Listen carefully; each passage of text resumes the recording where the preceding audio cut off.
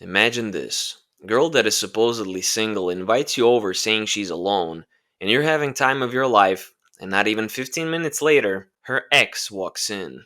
And believe me when I say that's not even the worst part of this story. It was my last year of high school. I was about to go home, and then I noticed a girl on park bench. That itself was weird because I don't know about you guys, but in every school that I've been to, usually girls are always with their gang. They're never alone. I immediately decided to approach her because I thought she was beautiful, and I immediately told her that I loved her style because it really did jump out in contrast to other girls. And then I immediately asked her, was she waiting for somebody? And she told me that no, she was just out here enjoying the fresh air and sun. Right then and there, I thought that something was weird about it. Come on, a hot girl sitting by herself saying she's enjoying the air? There had to be another reason she's here. So, anyways, we had a small chit chat about school and how I haven't seen her till now. I never saw her walking down the school hall, and then she explained to me that she's new in our school, which is basically an answer that explained everything I was questioning at that moment. But then again, why didn't anyone approach her? She told me she's been sitting here for like 30 minutes, and I was like, wait, so you're new at this school? And nobody approaches you, nobody guides you through the school, nobody talks to you? In my opinion, there could only be two possibilities to this. A, she told everybody to leave her alone and not approach her. Or B, the scariest thing I feared, along with the time I learned what child support is. B, her being such a terrible person and establishing that on the first day so well that nobody even dares to come close. If that was the case, then this is how I felt. So, anyways, I had to blow out the awkwardness, and I immediately asked her if she was doing anything now. Like, did she plan to go home or somewhere else? And she said she didn't have any plans, and so I wanted to take her somewhere. But first, I wanted to have a good assumption or prediction where I could actually take her. So I asked her three questions, and based on these three things that I asked her, you can learn a lot about the person and what activities you can do with her. I asked her, what's her favorite movie, favorite song, and favorite food? And then she told me some, well, let's say, interesting things. A lot of you are probably thinking, well, she probably loves Nemo, listens to Tyler the Creator, loves eating carbonara, but no. She said her favorite movie is 50 Shades of Grey. Not judging anyone, by the way. Anyways, favorite song, Anaconda by Nicki. Not a bad song. I like the music video. And her favorite food, In-N-Out. Okay, the food is definitely banging. She said she likes eating burgers with no meat. Burgers with no meat. Do I need to repeat myself? At this point, she's not even different. I think she was trying to be different. But hey, come on. The girl was beautiful, cute, she was honest with me, or at least I thought so. Usually I don't judge people, but this right here, I don't know, like I've never heard this taste before. And the worst thing about it was like, what should we do? Where should we go?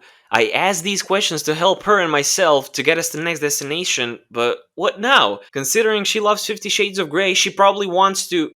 I actually had no idea where to take her, but it didn't matter because I actually got lucky. She invited me to her apartment and asked if I would like some coffee. Now, I was down for it, but as I started to think of more and more, I realized, wait a minute, we don't even know each other and she's inviting me home? I mean, she said she was alone, so that's a plus, but come on now. Are me and you, yes, you, my listener, on the same page? Isn't this a red flag? No? Just me? Of course, on the way there, we talked and discovered a lot of things about each other, so yeah, that was actually interesting. She was supposedly living in another state, but since her parents have a lot of money, she's staying here and will finish college. Immediately, I told myself, wow, like, this girl lives alone in an apartment? I want that life too! Or do I? So we enter her apartment, and I was in pure shock of how glamorous it looked. Of course, it wasn't a millionaire's dream, but you could tell that there was some money invested in here. Also, the apartment didn't even suit a college student, but anyways, I was going around, and this girl had basically things that men loved, and that was pretty weird to me. She told me that all these things that I see around were gifted by her brother, and he wanted her to have some sort of memory of him when she's here, but the more I looked around, the more I was sure as hell that this apartment was mostly designed for a man. Anyways, we sat down, she offered me a drink, and let me tell you, we got ourselves some solid beverage. She said she has something to confess. I basically was terrified. This is the moment where I will either stay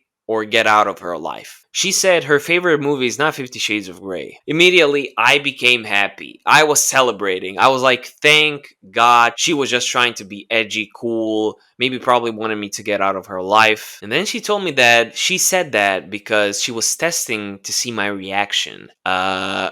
Excuse me, what? Apparently, she said that so that she can be sure she can trust me. And then she stood up and walked away. And I followed her. We went across this big apartment and entered a room. And also, room had no windows, which immediately set off some alarms in my head. This is a room where her dreams can come true. I don't know if you guys are following me, but on the wall there were many toys that you can play with and experience something. Yeah, it was just okay. I think I didn't even have my first official kiss yet at the time. She told me that she does it twice a week, depending on if other person would do it for her. I couldn't even believe what was happening because I was basically trying to process what is my life currently. You have to remember, at the time, all I did was get home, play video games, watch some movies, play basketball, and now, randomly, I'm sitting in this wealthy apartment with a girl who is rich and obviously has specific interests. That same weekend, I stayed at her place.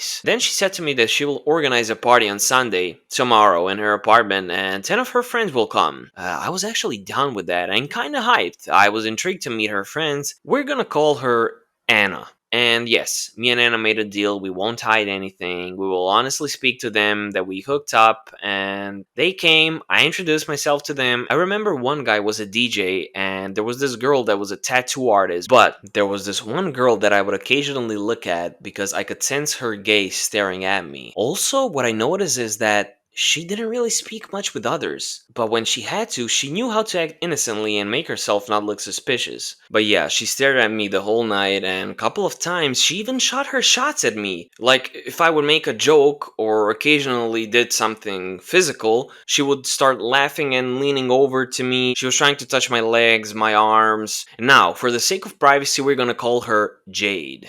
Why? Well, first reason, because Jade from Victorious was my childhood crush. No wonder why I have such taste in women. And second reason, well, you will see later. In the middle of the party, Anna asked me to get more beers from the balcony. Jade said she's going to the toilet, and I think you know where this is going.